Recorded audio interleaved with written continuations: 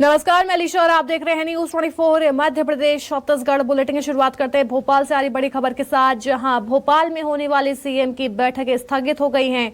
CM के दिल्ली दौरे के चलते बैठक स्थगित की गई है। दिल्ली में आलाकमान से सीएम मोहन यादव की मुलाकात चल रही है। कैबिनेट विस्तार को लेकर मंत्रियों के नाम पर चर्चा होगी। शाम तक दिल्ली से भोपाल लौटने की संभावना है। भोपाल और नर्मदापुरम संभाग की समीक्षा बैठक सीएम डॉक्टर मोहन यादव लेने वाले थे, लेकिन सभी बैठकों को स्थगित कर दिया गया है क्योंकि सीएम डॉक्टर मोहन यादव दिल्ली में मौजूद हैं। हाईकमान से मंत्रियों के नामों को लेकर चर्चा की जाएगी। भोपाल से मेरे सहयोगी शब्बीर हमारे साथ जुड़ गए हैं। शब्बीर, आज नर्मदापुरम और भोपाल संभाग की बड़ी बैठक लेने वाले थे सीएम डॉक्टर मोहन यादव, लेकिन सभी बैठकें जो हैं वो स्थगित कर दी गई हैं। क्या वजह निकलकर सामने आ रही है इसकी?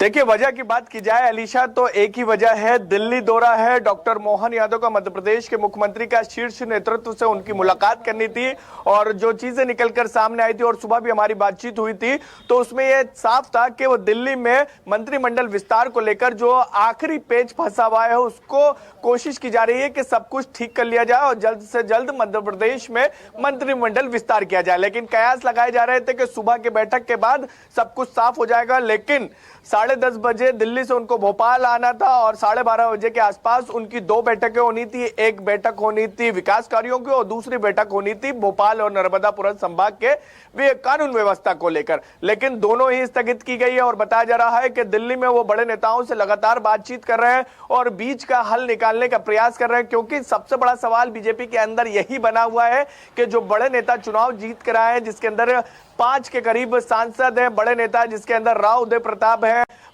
इसके अलावा बात करें नरेंद्र सिंह तोमर को जिम्मेदारी दे दी गई है, लेकिन रीति पाठक है, राकेश सिंह है, कैलाश विजयवर्गीय है, प्रहलाद पटेल है। इन नेताओं का क्या होगा, इनको किस तरीके से एडजस्ट किया जाएगा? क्या केंद्र में इनको वापस से भेजा जाएगा या संगठन में कुछ जिम्मेदारी दी जाएगी? अगर इनको मंत्री बनाया जाता है तो कौन सा पोर्टफोलियो दिया जाएगा?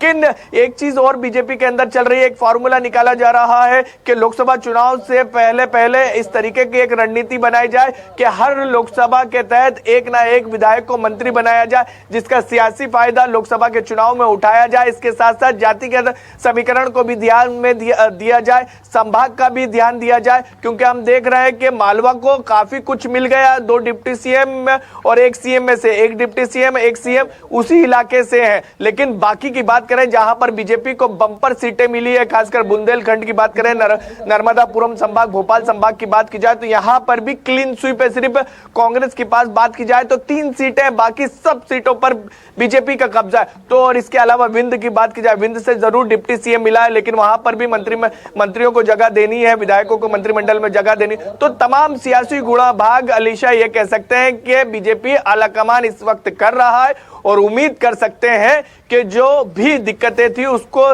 ठीक करने का प्रयास किया जा रहा है, सबको मैनेज करने की कोशिश की जा रही है। जिसको नहीं बनाया जाएगा उसको कहां एडजस्ट करना है, इन तमाम चीजों को लेकर मंथन इसके अंदर दिल्ली के अंदर बीजेपी नेताओं के बीच में चल रहा है और उम्मीद कर सकते हैं कि जल्द से जल्द, जिसको लेकर ये कह सकते हैं कि पिछले 10-15 दिन से कयास लगाए जा रहे हैं कि कौन मंत्रिमंडल में शामिल होगा। देखिए, काफी लेट तो हो ही चुका है, हाईकमान लगातार मंथन कर रहा है, लेकिन उसके बावजूद किसी तरह की तस्वीर सामने नहीं आ रही है। अब देखना होगा कितना और समय लग सकता है मंत्रिमंडल विस्तार में।